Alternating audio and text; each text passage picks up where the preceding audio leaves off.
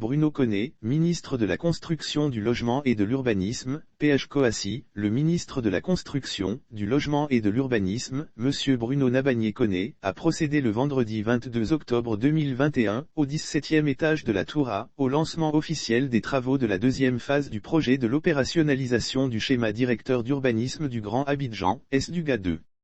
Ce projet est né de la volonté des autorités ivoiriennes de doter nos villes des outils de planification susceptibles d'insuffler un développement urbain durable. D'autant plus que l'ambition de l'État est de faire de la Côte d'Ivoire un pays industrialisé et de services en s'engageant dans un vaste programme de réformes visant à accroître les investissements aussi bien nationaux qu'étrangers, a indiqué le ministre de la Construction. Pour mener à bien cet important projet, l'État ivoirien s'appuie sur le partenariat technique du Japon, à travers l'Agence japonaise de la coopération internationale, JICA, qui, en accord avec les engagements pris lors de la conférence internationale de Tokyo pour le développement de l'Afrique en 2013, TICAD 5, a adhéré à cette vision du gouvernement ivoirien.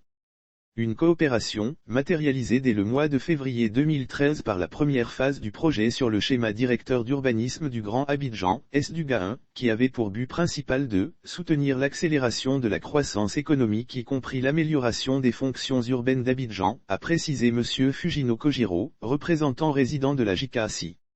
Cependant les difficultés rencontrées lors de la mise en œuvre du SDUGA-1 ont amené les deux parties à faire de nouvelles propositions dans le but d'améliorer et faire avancer cette entreprise commune. Ainsi naquit le SDUGA 2, qui sera mis en œuvre de 2021 à 2024, et dont les travaux seront suivis par une task force composée de membres du ministère de la Construction, du Logement et de l'Urbanisme, MCLU, de l'Autorité de mobilité urbaine du Grand Abidjan, AMUGA, de l'Agence de planification et d'exploration urbaine d'Abidjan, AUPA, relevant du district d'Abidjan et une équipe d'experts fournie par la JICA.